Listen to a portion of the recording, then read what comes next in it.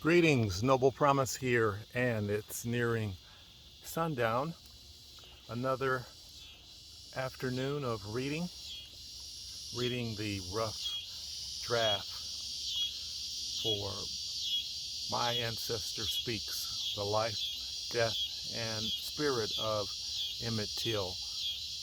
Actually, it's the second rough, so it's rather neat, but there will be some editing still needed, and the reminder is you all can be beta readers, those people who take note of certain aspects of the narrative, in this case, audible, and I'm reading something that's editable, so your comments can go into my edits if you think there is room for improvement. This is a beautiful setting here, and I will adjust one little part of that horizon not to mess up anything. Now, it's all about Emmett Till. This is his birthday month. He would be 80 years old. He had lived beyond the tragedy of Money, Mississippi.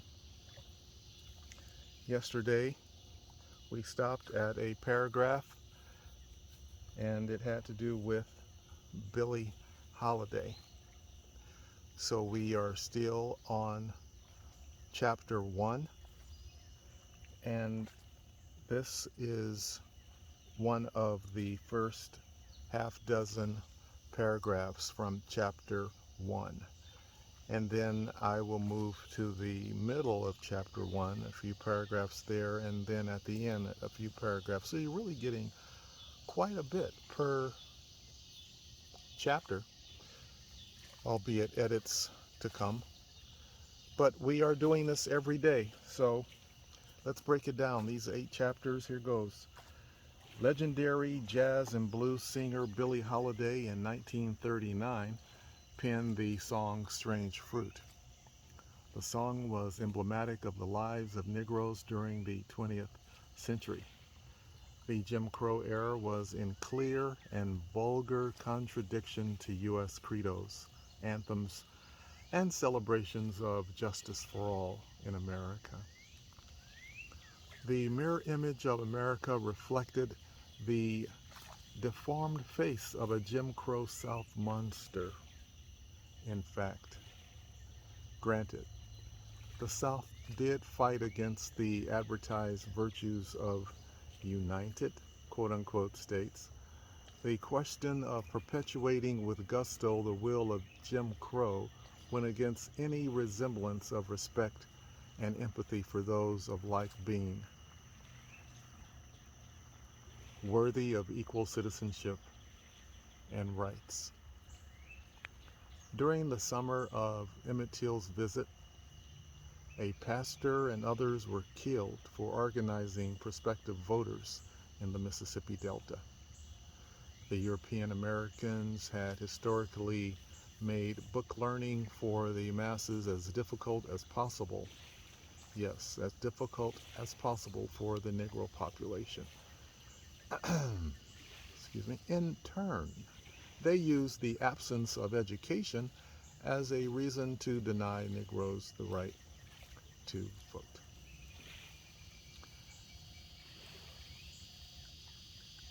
Next paragraph. How Till was killed. There was an axe that struck his head and face area. The sharpness of a knife sliced off an ear. The same instrument of mayhem was likely used to tear away at other parts. I am in a very natural setting. You probably hear the background. It has beauty to it, although somewhat disruptive. Okay, you heard me talking about it and quiet down. Okay. Talking to the insects and birds. The same instrument of mayhem was likely used to tear away at other parts. His face and eyes were maimed to no end, as evident by the Ancestor Till's face. His body was butchered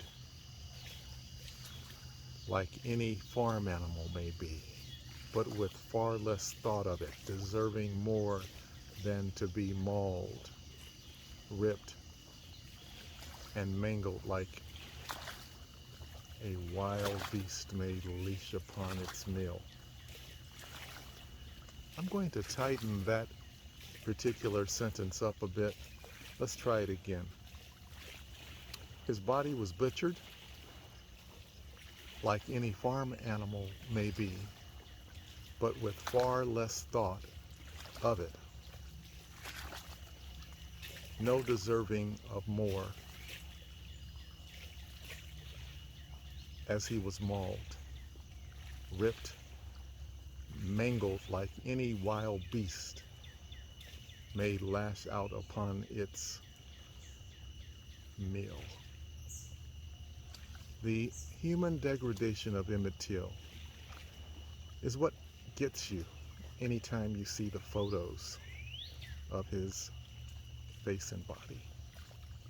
The question may be raised even as to how, what kind of, who could ever do such a thing? The signs upon Till's head were that of extreme blunt force trauma, likened it to the damage imaginable from any gripped object made of dense wood or metal. Nothing was out of bounds for the dastardly duo and the cohort of others, witnessing with courage to intervene or buffer the blows and deadly intrusions. That last sentence is an inference that there were others watching from the bourne in the Mississippi Delta. They were performing all of these violent acts upon Emmett Till in a bourne and en route and at the very end near the Tallahatchie River.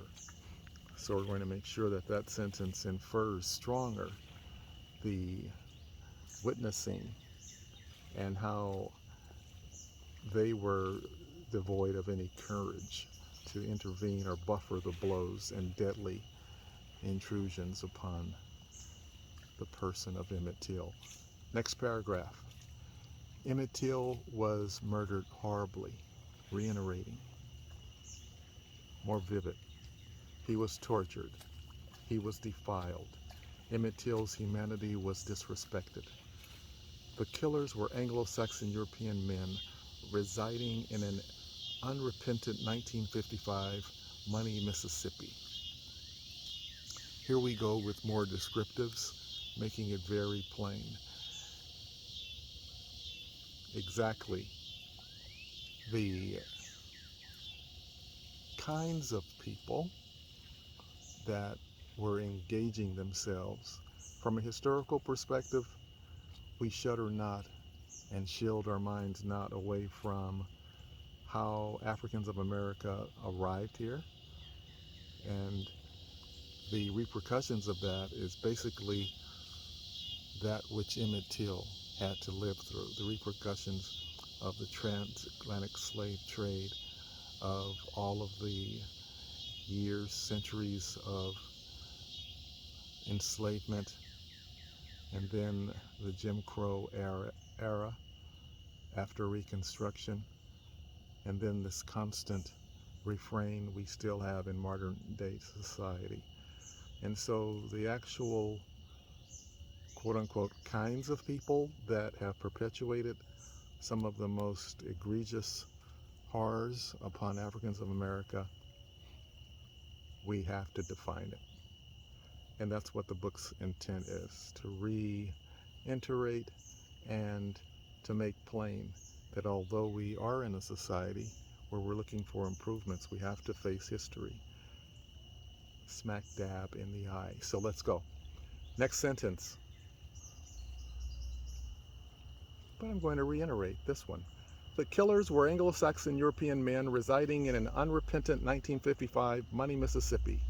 Emmett Till was not a European-blooded boy, but a boy of African descent.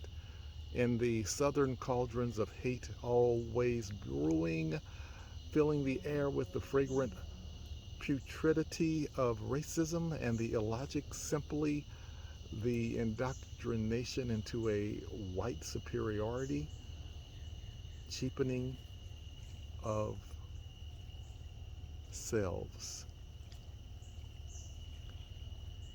Self-imposed, self-degradation, because white supremacy does not just degrade its victims, it's also a degradation to those who think they need that. And a very telling quote will be likely the next chapter. I won't give away the name, or I would give away this particular quote. It's a beautiful quote related to what I just said, so stay tuned. Next sentence. Those ideals of supremacy made the men and women who were identified with as quote-unquote white predator-like. Emmett Till or other Negroes of the times were prey, once caught for some indiscretion or nothing at all. A Negro could be punished in all ways imaginable on both physical and psychological levels. To be tarred and feathered, hung, stabbed, mutilated, or attached like something upon a skewer for roasting while dead or alive, were all occasioned during Jim Crow. History can have a certain ugliness to it that many people don't want to face, and we know that there are stories that could have been told intergenerationally aligned with some of these sorts of actions, but they're not told because sometimes the pain is too much, or they don't want to upset the offsprings and make them think that Shangri-La is just a few years away. So all's well. We have some music in the background. People are in the distance between here and those lights. But we are wrapping the reading up with voter rights, heroes and heroines, and the Till Bill. That's a chapter. The Till Bill, there's an Emmett Till bill. It's the anti-lynching bill.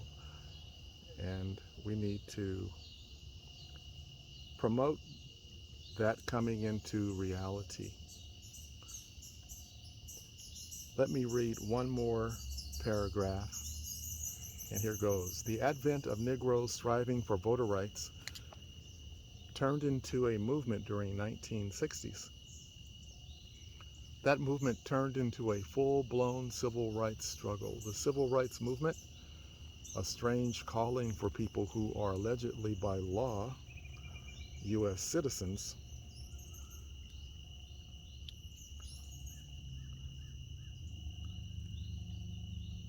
now I just want to adjust something and continue reading from my laptop.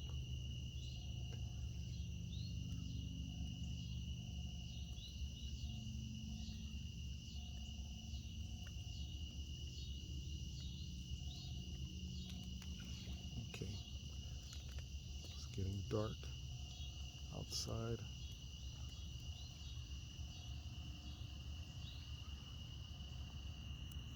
Tap, tap.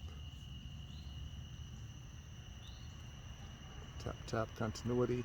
The advent of Negroes striving for voter rights turned into a movement during the 1960s. That movement turned into a full-blown civil rights struggle. The civil rights movement, a strange calling for people who are allegedly by law U.S. citizens. Ancestor Till was the driving force posthumously after death. After death of Emmett Till, the civil rights movement began. There is accounting within the book of Rosa Parks sitting on the bus. She told Mamie Till, the mother of Emmett Till. She said, when I was sitting there on that bus, I thought about Emmett Till, and it strengthened me not to move. And after that, it was on. Civil rights movement was on. Emmett Till killed August 1955, August 28th. And then in December 1955, a few months later, Rosa Parks refused to get up. So, winding down, a few more sentences beyond my interjections.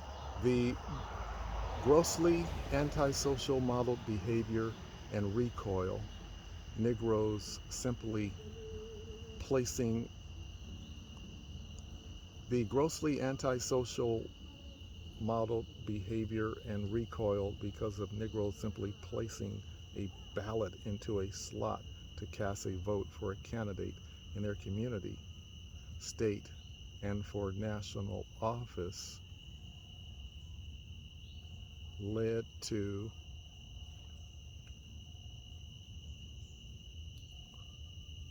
this is another sentence we're going to work on. You don't have to tell me that. That one does need work. In the last sentence, the Southern manner and tradition of giving a blind eye to others' pain and suffering was no standard to change the base illegality of voting for Negroes.